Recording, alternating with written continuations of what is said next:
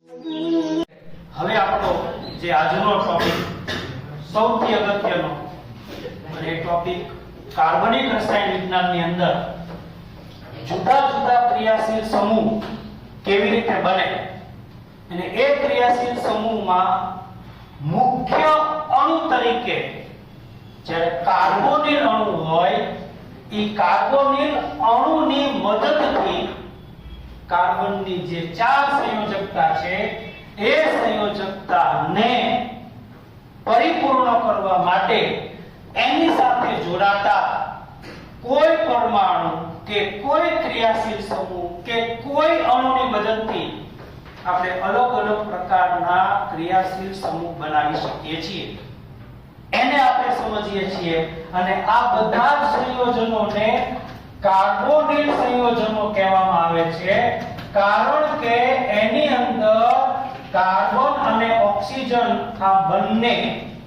વચ્ચે દ્વિબંધ અને બધા જ ક્રિયાશીલ સમૂહમાં CO ની હાજરી છે એટલે CO ની મદદથી જે ક્રિયાશીલ સમૂહ બનશે એ બધા જ ક્રિયાશીલ સમૂહને કાર્બોનિલ સંયોજનો કહેવામાં આવશે તો અહીંયા મેં કાર્બનની ચાર સંયોજકતામાં બે સંયોજકતા ઓક્સિજન સાથે બતાવી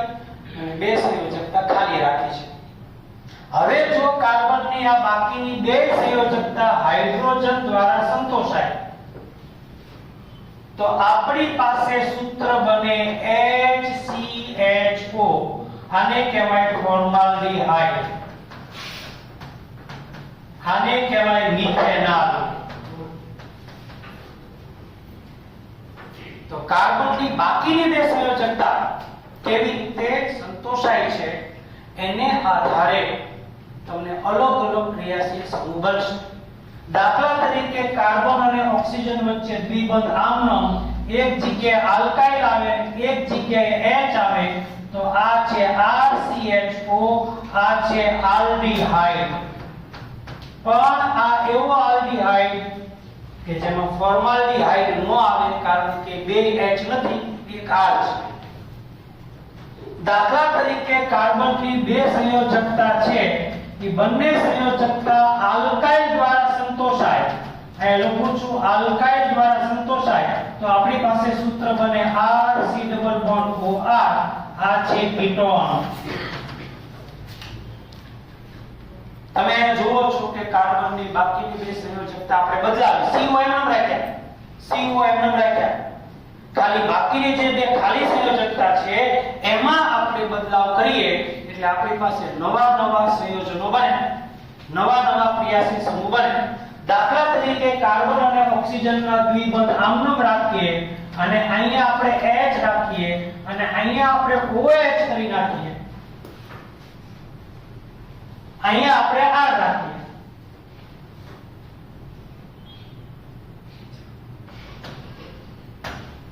અહીંયા આપણે R રાખીએ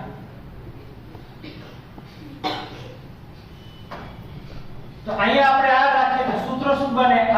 RC≡OH આ છે કાર્બોક્સિલિક એસિડ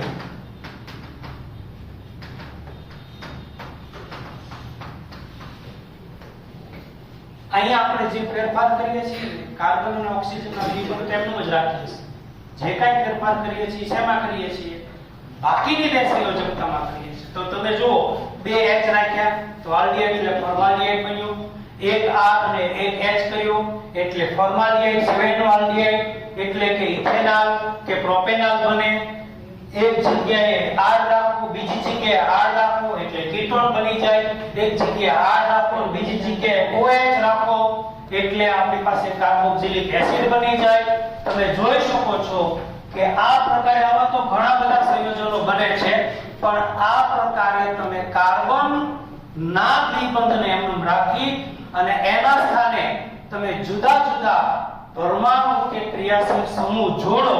એટલે આપણને નવા સંયોજનો છે એ પ્રાપ્ત થતા જાય છે હજી આપણે આની અંદર એક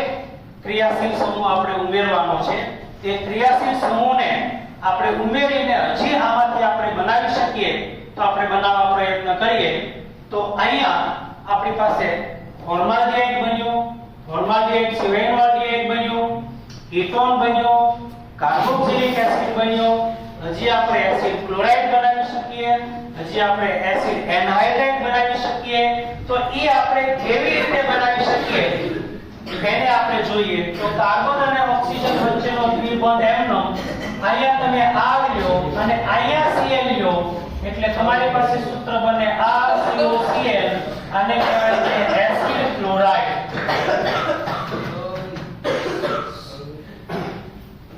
તો અહીંયા તમે જુઓ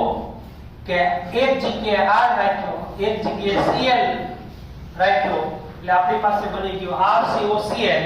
તો આપણી પાસે બની ગયો એસિડ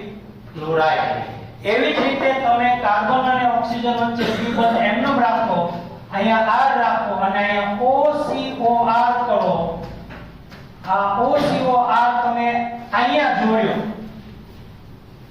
H ને કાઢીને એક સંયોજકતાની OCOR કરી એટલે તમને આને કહેવાય છે એસિડ એનહાઇડ્રાઇડ. આને કહેવાય છે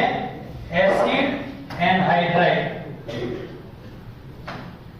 એસિડ એનહાઇડ્રાઇડ.